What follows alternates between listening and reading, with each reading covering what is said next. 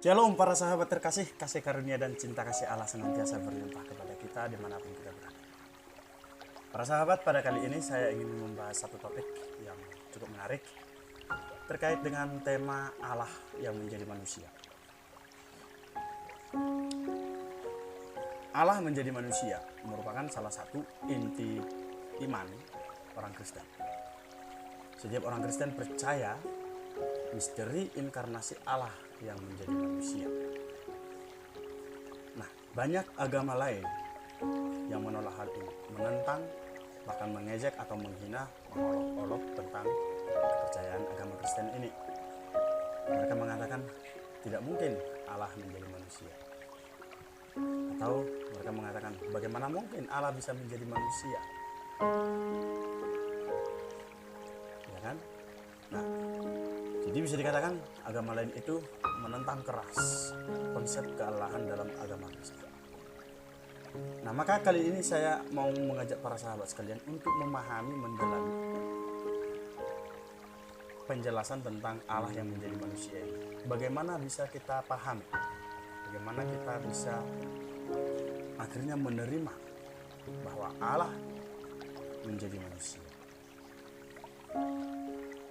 Tapi sebelumnya para sahabat, sebelum mendalami ini, jawaban atau tuduhan lain dari agama lain maksudnya terhadap agama Kristen, yaitu bahwa katanya jawaban orang Kristen itu selalu Allah Maha Tahu. Katanya seperti itu kata mereka. Maka kali ini saya tidak akan memberikan jawaban Allah Maha Tahu, tapi saya akan membantu memberikan penjelasan kepada para sahabat sekalian tentang Allah yang menjadi manusia ini secara logis dan masuk akal. Ya, meskipun kita tahu bahwa Allah itu tidak bisa dipikirkan atau dipahami dengan akal budi kita, sebab Allah itu jauh melampaui akal budi atau pikiran kita sendiri, bukan? Nah, tapi bagaimanapun saya harus menjelaskan ini kepada para sahabat sejauh logis dan masuk akal. Karena kalau logis dan masuk akal pasti bisa diterima oleh siapapun. Ya kan?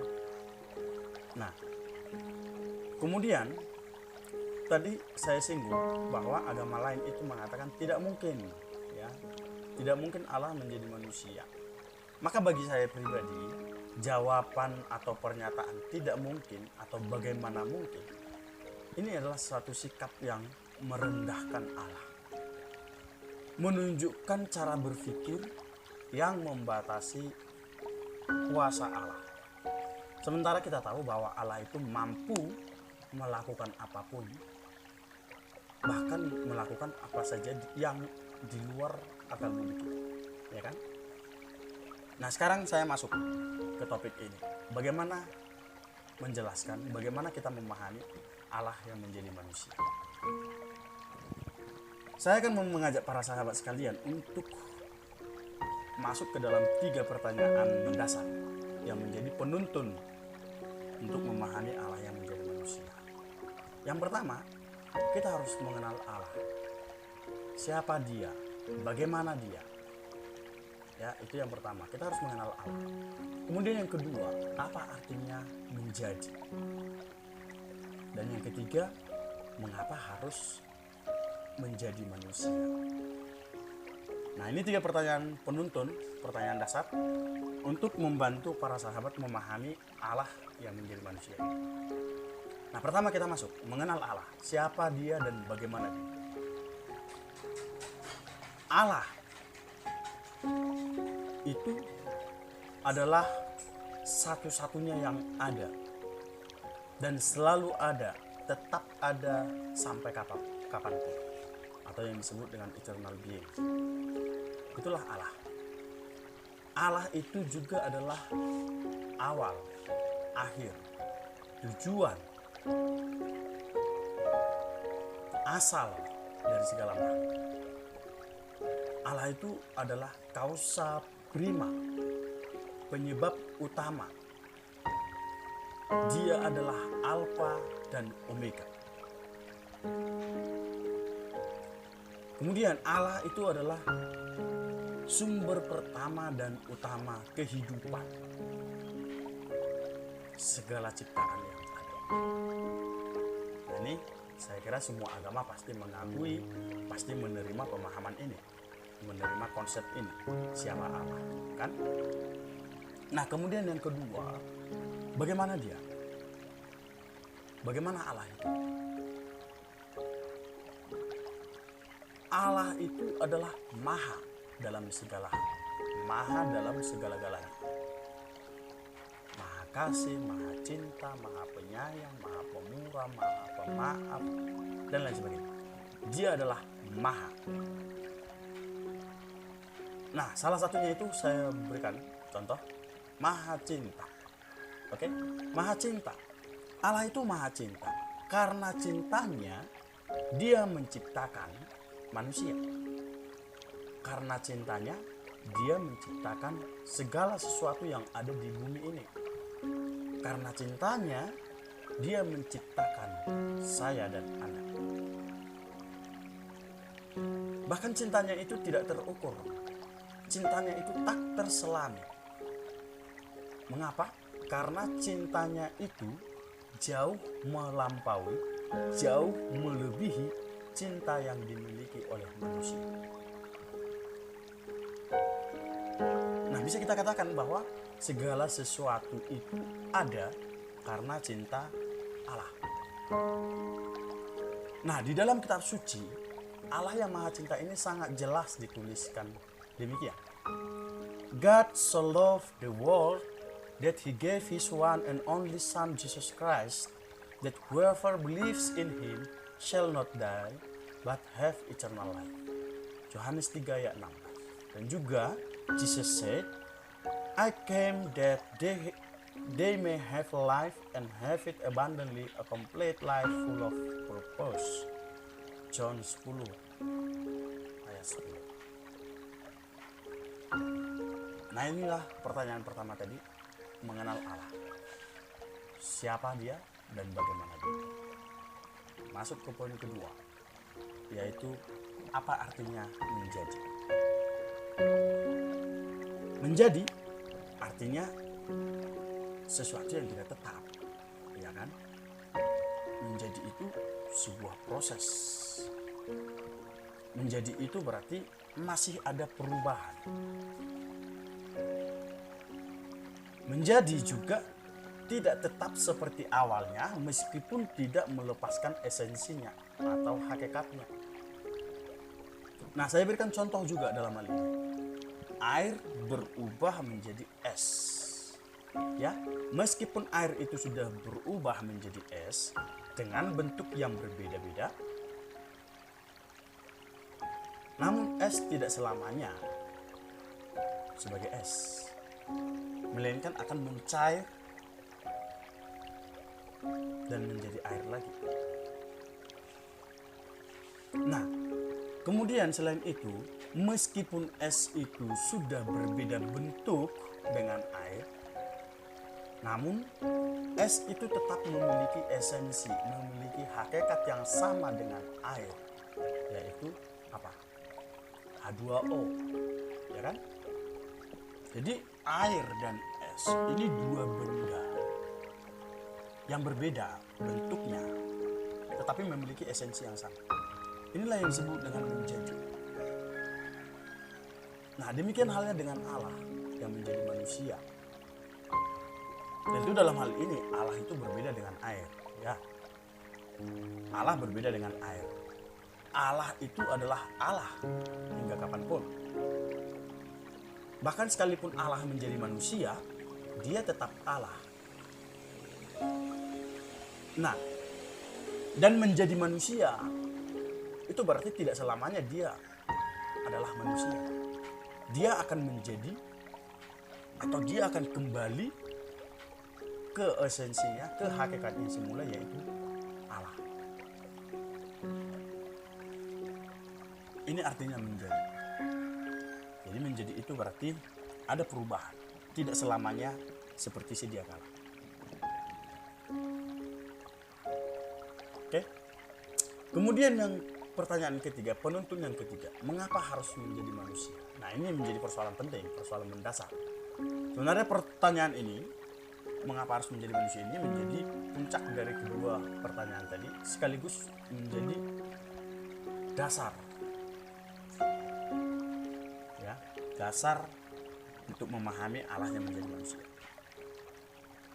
Pertanyaan ini juga menjadi bahan perdebatan, bahan olok-olokan, menjadi bahan hinaan agama lain terhadap Kristen. Nah, sebenarnya pertanyaan ini tidak sulit untuk dijawab, tidak sulit. Tapi entah mengapa sebagian orang itu sangat sulit memahaminya, sehingga harus mengolok-olok, sehingga harus menghina atau menjadikannya sebagai bahan perdebatan. Entah kenapa mereka seperti itu, ya. Tentu kita tahu bahwa manusia adalah ciptaan Allah yang paling mulia di antara ciptaan lain. Manusia itu adalah makhluk yang paling mulia. Mengapa paling mulia? Karena Allah memberikan akal budi, memberikan hati, memberikan pikiran kepada manusia. Dan hanya kepada manusia, bukan kepada yang lain. Bukan kepada tanaman, bukan kepada tumbuhan atau binatang atau benda mati, tidak sama sekali, tetapi kepada manusia. Selain memberikan hati, pikiran, akal budi, Allah juga memberikan roh. Dan roh itulah yang menghidupkan manusia. Roh itulah yang memampukan manusia untuk mengenal dan memahami dan semakin dekat dengan Allah. Nah, ini adalah manusia. Nah, namun ternyata meskipun Allah sudah memberikan roh, pikiran, akal budi, hati kepada manusia, namun manusia masih tetap belum mampu mengenal dan memahami Allah yang sesungguhnya. Masih tetap belum mampu. Manusia masih belum mampu mengenal Allah dengan segala kehendaknya. Belum mampu. Manusia itu menjadi terlalu sombong dengan pikirannya, dengan akal budi, dan kesombongan inilah yang mengakibatkan manusia jatuh ke dalam dosa. Silahkan dibandingkan dengan kisah Adam dan Hawa. Akal budi dan pikiran manusia tak lagi mampu mengenali Allah dengan segala ajarannya. Kita tahu di dalam kitab suci bagaimana orang Israel mereka menyembah berhala, ya kan? Membuat berbagai macam patung untuk disembah. Sementara mereka memiliki akal budi, memiliki pikiran. Jadi karena manusia itu diberikan Allah, roh, diberikan akal budi, pikiran, dan hati nurani, sehingga manusia itu disebut makhluk yang paling mulia. Maka tidak mengherankan jika Allah itu mau menjadi manusia. Tidak mengherankan. Tidak mungkin Allah akan menjadi hewan. Tidak mungkin Allah akan menjadi tumbuhan atau benda mati. Tidak mungkin. Meskipun bagi Allah itu bisa jadi, bagi Allah itu mungkin aja. Tetapi kita tahu bahwa hewan, apalagi benda mati, itu tidak memiliki roh. Akal budi juga tidak ada. Pikiran dan hati juga tidak ada. Ya kan? Nah, Allah menjadi manusia itu sangat mungkin. Karena hanya manusia yang mampu mengenal Allah. Hanya manusia yang mampu dekat bersatu dengan Allah. Maka Allah menjadi manusia itu adalah pasti bisa terjadi, dan ini menjadi tanda betapa besarnya cinta Allah kepada manusia. Allah mau menjadi manusia Mengapa? Tujuannya agar manusia mampu mengenal, mampu semakin dekat, semakin mencintai Allah, mampu mengenali karya dan tindakan Allah, juga kehendak Allah. Allah mau menjadi manusia atau Allah menjadi manusia itu menjadi tanda kesolideran Allah. Allah solider terhadap manusia. Allah mau senasib dan sepenanggungan dengan manusia. Dia menderita sebagai manusia. Dia lapar, dia haus. Dia sedih sebagai manusia. Tapi sebagai Allah, dia tetap Allah. Nah, saya berikan analoginya seperti ini. Ketika presiden mau menjadi petani. Mengapa presiden? Pastinya presiden itu memiliki posisi yang tinggi kan, sama seperti Allah. Kedudukannya sangat tinggi. Dia adalah Maha. Nah, seperti presiden. Mungkinkah presiden bisa menjadi petani? Atau mau menjadi petani? Bisa jadi. Sangat mungkin. Karena seorang presiden juga memiliki potensi untuk menjadi petani. Dia memiliki potensi menjadi petani. Nah, ketika presiden itu menjadi petani, apakah kepresidenannya menjadi hilang? Tidak, dia tetap presiden, sekalipun dia menjadi seorang petani. Ya, dia tetap presiden sekalipun menjadi petani. Lalu, mengapa presiden mau menjadi petani? Mengapa presiden mau menjadi petani? Ya, bisa jadi presiden itu mau lebih solider, lebih senasib, sepenanggungan dengan para petani. Atau bisa jadi juga presiden itu ingin menjadi contoh, teladan, panutan di dalam melayani masyarakat. Nah, demikian halnya dengan Allah yang mau menjadi manusia. Sekalipun Allah menjadi manusia, namun kealahan itu tidak pernah hilang.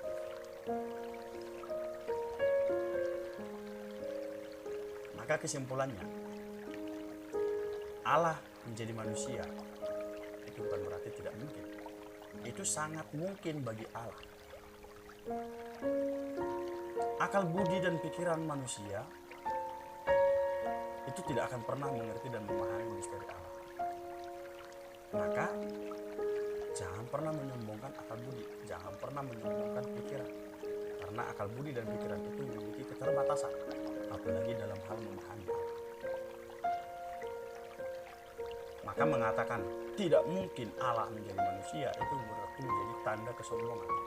Itu kesimpulan yang kedua. Kesimpulan yang ketiga, mengenali ajaran dan kehendak Allah itu membutuhkan keterbukaan hati, membutuhkan keterbukaan pikiran dan jiwa yang selalu terarah kepada Allah. Kesimpulan yang keempat, Allah adalah Allah hingga kapanpun, sekalipun dia menjadi manusia. Maka dalam hal ini, Allah yang menjadi manusia itu tidak lain adalah Yesus Kristus sendiri. Yesus itu sungguh Allah, sungguh manusia. Allah menjadi manusia tidak lain karena cintanya kepada manusia. Allah ingin solidar, Allah ingin senasib sepenanggungan dengan kita. Yesus adalah roh Allah sendiri yang menjelma menjadi manusia. Roh yang disampaikan oleh malaikat Gabriel kepada Maria. Roh itu adalah Allah, maka Yesus adalah Allah itu sendiri yang berinkarnasi menjadi manusia. Ini poin terakhir ini sudah masuk ke dalam konteks iman Kristen. Semoga para sahabat sekalian bisa memahami Allah yang menjadi manusia. Mengapa Allah menjadi manusia? Dan mari kita semakin beriman kepada Yesus, kepada Allah yang menjadi manusia. Semakin mencintainya, semakin dekat dengannya. Salam dari kami, pencari kebenaran. The Truth Finder.